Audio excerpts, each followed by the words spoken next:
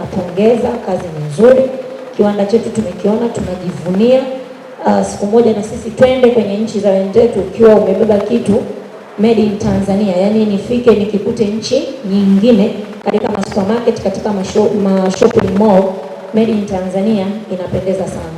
Na vitu vinavyofanyika hapa, kama mtachukua vijana wakaenda kujifunza, wakaja hapa wakafanya designing nzuri, sisi tuna bidhaa bora zaidi duniani kuliko hao wa China, ili mlibebe kwa uzito wake sana. Napenda niwapongeze wafanyakazi wote wa hapa na viongozi. Leo nimeona kitu kipya, angalau kimenipa matumaini kidogo. Nashukuru sana. Lakini la pili, nimefurahishwa kwa kuona jinsia yangu wako wengi sana humu ndani. Ni sehemu chache wanakwenda wanakuta wanawake ndio wapo wengi kwa wingi ule. Pengine wengine wapo hatujawaona, lakini kwa niliwaona nimeshukuru. Asanteni sana.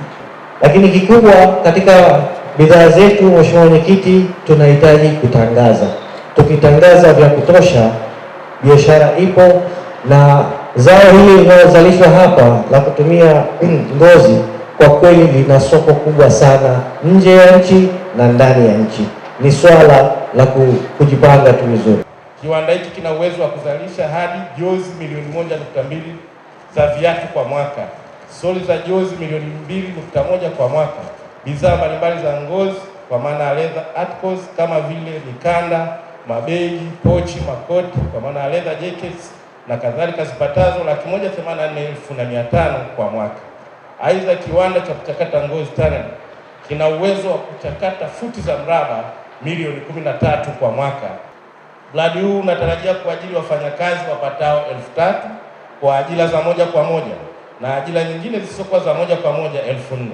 Kwa sasa kampuni ina wafanyakazi 237.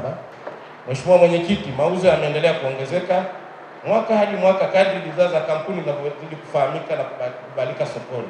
Mauzo yaliongezeka kutoka shilingi milioni 936 kwa mwaka wa fedha 2020/21 hadi kufikia shilingi bilioni 4 kwa mwaka ulioishia Juni 2025. Kuna kielelezo kinachoonyesha mwenendo wa mauzo na mapato kwenye uendeshaji wa shughuli ya kiwanda. Kuanzia mwaka 2020/21 mauzo ya bidhaa yalipanda kutoka jozi 24,428 mpaka jozi 83,190. Vivyo hivyo fedha za mauzo zilipanda kutoka milioni 926,462,970 mpaka bilioni 4.02.